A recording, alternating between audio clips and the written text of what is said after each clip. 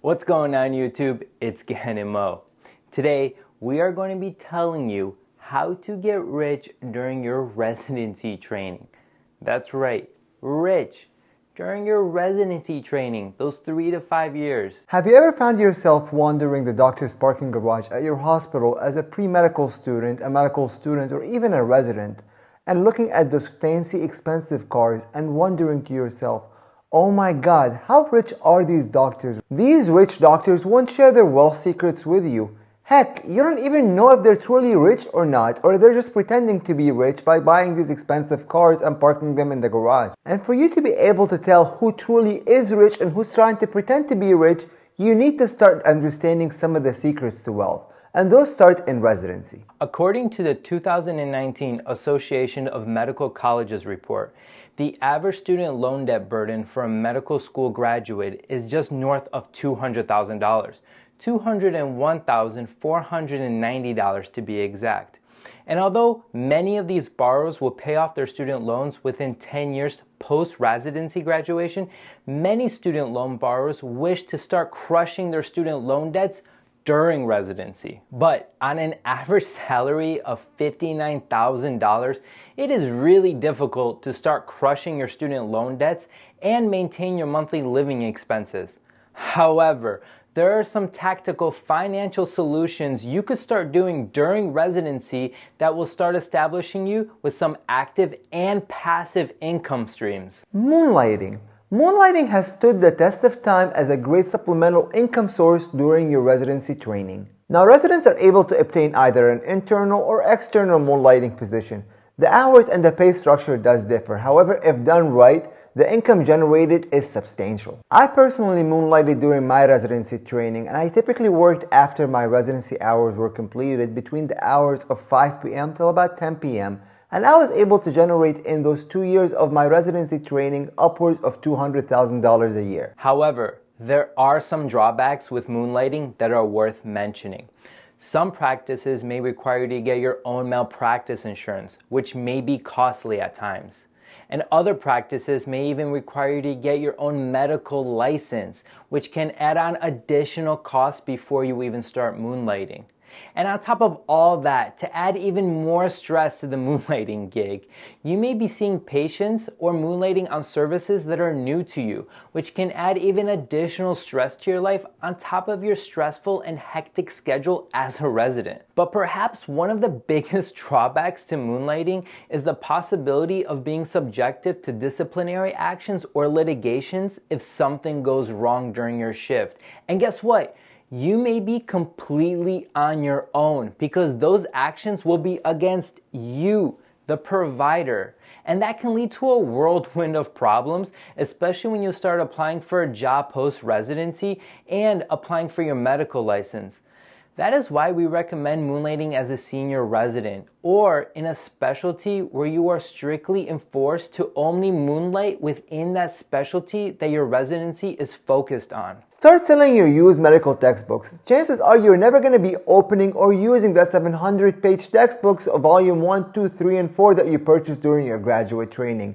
Chances also are that you haven't even opened that microbiology textbook since that microbiology class. So grab a wet paper towel and start dusting off all those books from medical school. I mean, now that you're in residency, do they really serve you a purpose? I mean, you could literally go and start selling these books. Oh, actually, I do need that one, so I'm just going to put that right there. But the tried and true method of selling things online is online marketplaces like Amazon, eBay, OfferUp, Etsy, or going to the nearest university's bookstore and just selling those books. You can make a ton of money doing that. I mean, for example, one can sell discounted medical books from a graduating student and go right back on Amazon and start selling those books at a higher price. I mean, within our first year of residency, both me and Mo sold majority of our textbooks, and we made a pretty penny doing that, and that helped a lot. Start selling your used old white coats. Chances are, as long as they're clean and unlabeled, you're going to be able to generate some serious cash from them. Otherwise, they're just sitting there in the closet collecting dust. Start online tutoring. By now, you've done your share of academic learning and you know where your strength lies. Use that strength to educate the future of our healthcare providers by tutoring them online and generating some cash along the way. Tutoring gigs could pay upwards to about $100 an hour. And the good thing is that you can create a very flexible schedule that's pertinent to you, and you can build a very nice clientele ranging from a wide array of students, from high schools to graduate healthcare professionals. On top of that, say you made some awesome study guides in pre-med or medical school or any healthcare profession whatsoever. You could start selling those study guides and make amazing money doing that online without doing much at all because they're already made. Now you just have to sell them and collect the paper. And number 4, investing. This is what will set you apart from the wealthy and the want to be rich of healthcare professionals.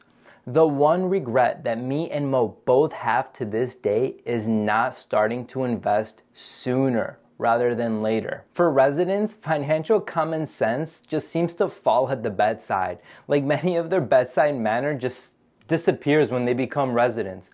However, for those residents that want to educate themselves financially and have that urge to start saving money early on in their careers, it may pay to park your hard-earned cash somewhere else other than your local bank that's going to charge you silly monthly fees. With the advancements of all these smartphones and apps, investing has never been easier. All you have to do is click a button, submit some personal information, and voila, you're ready to start investing. Most brokerages offer free accounts, and I know residents get very excited when they hear the word free. Vanguard, Fidelity, all come with free accounts, and they also come with a lot of informational material for us to take advantage of. And if you're ever unsure of anything, you can always call their customer service representatives, which are top notch, or you could do what our patients do and just Google it. But honestly, you can always find most of the answers on our YouTube channel, or leave us a comment below and we'll always be happy to answer any of your questions. Personally, our journey into the investing world began by reading books that pertain to us. Books that pertain to healthcare professionals and the finance world, that pertain to student loan debt, that pertain to building wealth for the future, and understanding different investing vehicles that pertain to us and things that we could take advantage of as healthcare professionals during our career. And down below in the description, we list our top favorite books that could be at your front doorstep tomorrow. Thanks to Jeff Bezos and his Amazon team. We are always in shock of how many incoming residents and how many senior residents live paycheck to paycheck. And anytime they find some spare money in their bank account, they go and spend it like Jay-Z. Those same residents have no interest in learning about investing or managing their financing, and they owe hundreds of thousands of dollars in student loan debt. And they still have no plan for how they're going to be paying those back. What those residents ought to be doing with their extra cash is putting that money into their Roth IRA. Just put it into a simple S&P 500 index and watch your wealth accumulate. Trust us, in 20 years, you're going to be thanking yourself for doing that. So while you're out there in the doctor's parking garage looking at all those nice cars, remember, not all doctors are wealthy and not all doctors are rich. Some just play that part. I mean, the doctors that are truly wealthy, they may have that 2010 beaten down Toyota sitting in the corner of that parking garage and they don't care. They don't care how they look at work. It's not a fashion show. They know they are providing a service to people and they know it matters. And most importantly, they don't have payments. They don't have credit card debt. They don't have student loan debt. Because since they started residency and even before then, they had a plan. And that is the key to all of this. Have a plan and you'll see wealth will grow. You don't have to sit there and count every dollar and live paycheck to paycheck. As long as you have a plan for wealth, everything else will come. And that is the key. In order to build wealth while in residency, you must have a plan and never be afraid to ask for guidance. You never know who you're going to be meeting during your residency training. And as your financial literacy increases and your knowledge, so will your wealth during residency. We hope this video provided you with the tools and the motivation needed for you to go out there and start building wealth and residency. And of course, gingerly tapping that like button. And don't forget to hit the subscribe and the bell for updates of new information and videos. And we'll see you next time.